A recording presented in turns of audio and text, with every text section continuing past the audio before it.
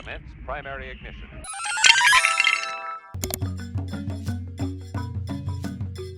Di pagi hari yang cerah, Gi-hun yang tinggal bersama ibunya seorang diri sedang menyantap sarapan paginya.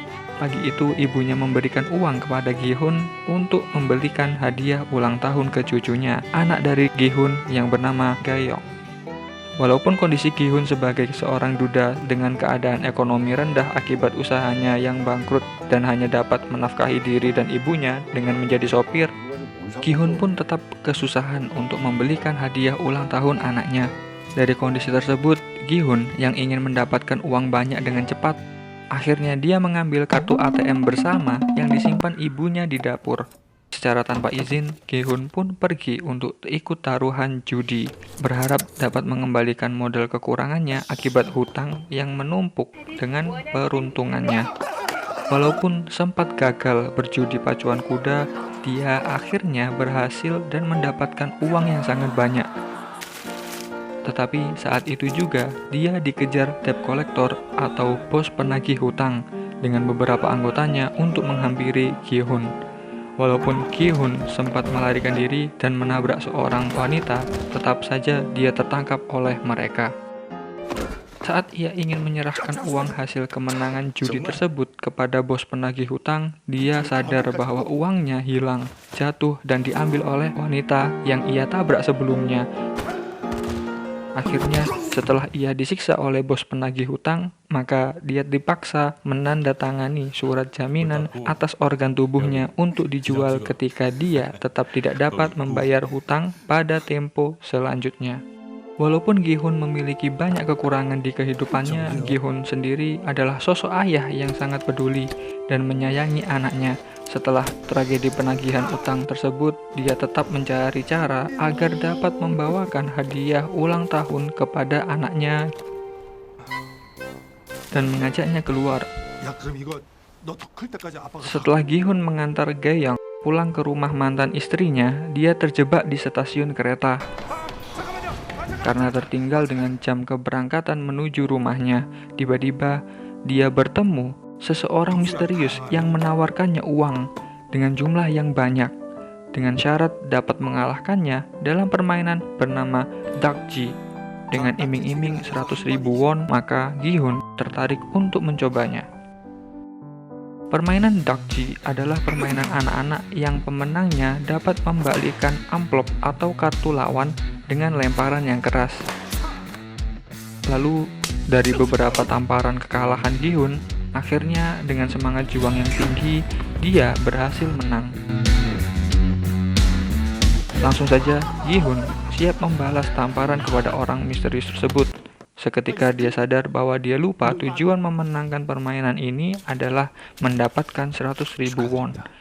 Akhirnya setelah dia mendapatkan 100.000 won dan berbincang dengan orang misterius ini, ternyata ada hal yang tak terduga lainnya, yaitu orang misterius ini menawarkan tentang sebuah permainan yang dapat ia menangkan dengan jumlah hadiah yang lebih besar. Walaupun tidak terlalu tertarik, Gi-hun yang mendapatkan 100.000 won dari permainan Dakji ini, akhirnya dia menyimpan sementara kartu nama orang misterius ini. Setelah pulang dengan kegembiraan memenangkan 100.000 won, dia menghampiri ibu teman masa kecilnya, yaitu ibu dari Sang-woo, di mana Gi-hun selalu membeli ikan dari ibu Sang-woo. Dengan membawa uang kemenangan dan ikan menuju rumahnya, makan malam secara bahagia pun tercipta. Namun, sela-sela kebahagiaan yang sederhana itu, ibu Gi-hun memberitahukan bahwa cucunya akan pergi ke Amerika tahun depan. Dengan ekspresi Gi-hun yang datar, ibunya memarahinya dan menunjukkan bahwa Gi-hun dapat mengambil hak asuh anaknya dengan cara memiliki banyak uang untuk menghidupi anaknya sendiri. Pada malam itu juga Gi-hun tidak tenang dan memikirkan anaknya. Akhirnya dia mencoba menghubungi orang misterius tadi untuk mencoba mengikuti ajakan permainannya dengan tujuan dapat memenangkan uang dalam permainan tersebut. Lalu malam itu pun Gi-hun berangkat menuju ajakan permainan dari orang misterius tersebut. Saat Gi-hun menaiki mobil penjemputan, ternyata semua peserta dalam mobil itu dibius dan tertidur agar tidak mengetahui tempat permainan ini. Saat terbangun, dengan tak sadarkan diri, Gi-hun mulai mempelajari bahwa ternyata banyak pemain yang ikut dalam permainan misterius ini dengan jumlah 456 peserta, dan Gi-hun adalah pemain nomor terakhir. Dia pun mulai berinteraksi dengan pemain lain. Salah satunya yang ia temui adalah pemain bernomor 1 yang sangat tua dan memiliki tumor di kepalanya. Pemain nomor 1 ini mengatakan bahwa tujuan dia ikut permainan karena tidak mau menunggu dan berdiam diri dengan tumor di kepalanya. Lalu, saat terjadi keramaian di tengah-tengah peserta, Gi-hun mengenali seorang wanita yang mengambil uang taruhan judinya itu. Juga ternyata wanita ini ikut serta dalam permainan ini. Dan ketika kerusuhan pun terjadi, datanglah petugas berseragam pink dengan topeng berbentuk lingkaran dan persegi menyambut para peserta. Saat sesi tanya jawab dimulai, para peserta pun antusias menanyakan sesuatu yang ganjil dari sistem permainan ini. Setelah selesai sesi tanya jawab, akhirnya peserta pun bersiap mengikuti arahan dan permainan selanjutnya. Walaupun informasi permainan belum diberitahukan kepada para peserta, saat semua berkumpul di permainan pertama ini, Gi-hun bertemu Sang-woo, teman masa kecilnya, yang ikut serta dalam permainan. Lalu setelah frontman bersiap memulai permainan, pintu keluar pun ditutup rapat-rapat. Semua peserta heran karena tempatnya yang luas dan terdapat patung boneka robot di depan mereka. Saat instruksi mulai diumumkan bahwa permainan ini bernama lampu hijau, lampu merah, para peserta pun semakin heran dan mulai bertanya-tanya. Dan permainan pun dimulai. Jadi permainan ini memiliki aturan yang mana jika dikatakan lampu hijau, maka para peserta bebas bergerak menuju garis finish. Tetapi jika dikatakan lampu merah, maka para peserta harus diam, tidak bergerak. Akhirnya permainan pun dimulai. Saat pertama kali boneka ini mengatakan lampu hijau, semua peserta bergegas bergerak menuju garis finish.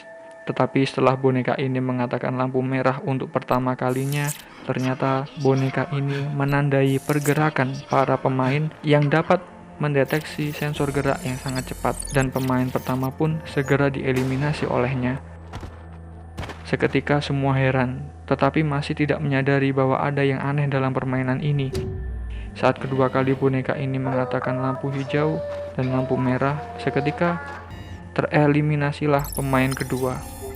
Hingga akhirnya mereka sadar bahwa ini adalah permainan bunuh diri yang menguji semua peserta dalam bertahan hidup. Akhirnya semua peserta histeris dan ketakutan melarikan diri. Segera saja boneka ini mendeteksi semua pergerakan dan mengeliminasi semua peserta yang bergerak secara tiba-tiba dengan tembakan sniper. Malangnya, semua peserta menuju pintu keluar yang telah dikunci sebelumnya. Akhirnya, setelah banyak peserta yang gugur, ternyata beberapa peserta yang mulai memahami permainan ini masih tersisa. Mereka mulai mengikuti aturan dengan tidak bergerak sama sekali, menunggu instruksi lampu hijau untuk bergegas berlari ke garis finish. Gi-hun sendiri yang ketakutan dan shock. Dia pun diberi petunjuk oleh temannya Sang-woo untuk berhati-hati dan harus berjaga di belakang peserta yang lain.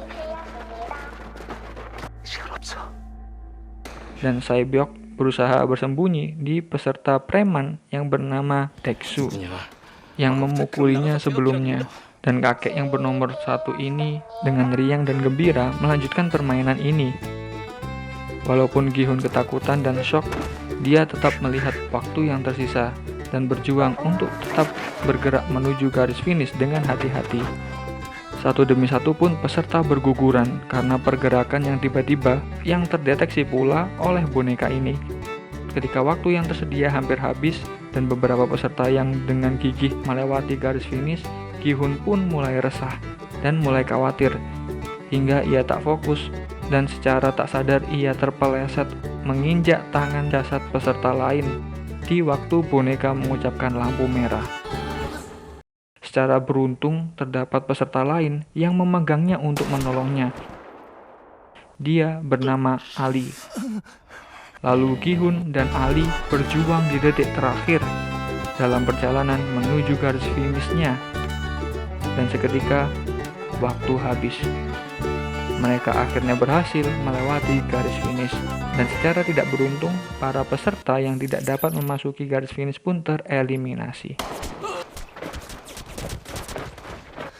Dan inilah akhir dari episode pertama Squid Game. Oke, thanks for watching and see you for the next series, episode kedua dalam video selanjutnya. Terima kasih, stay tune, keep watching, it feels right.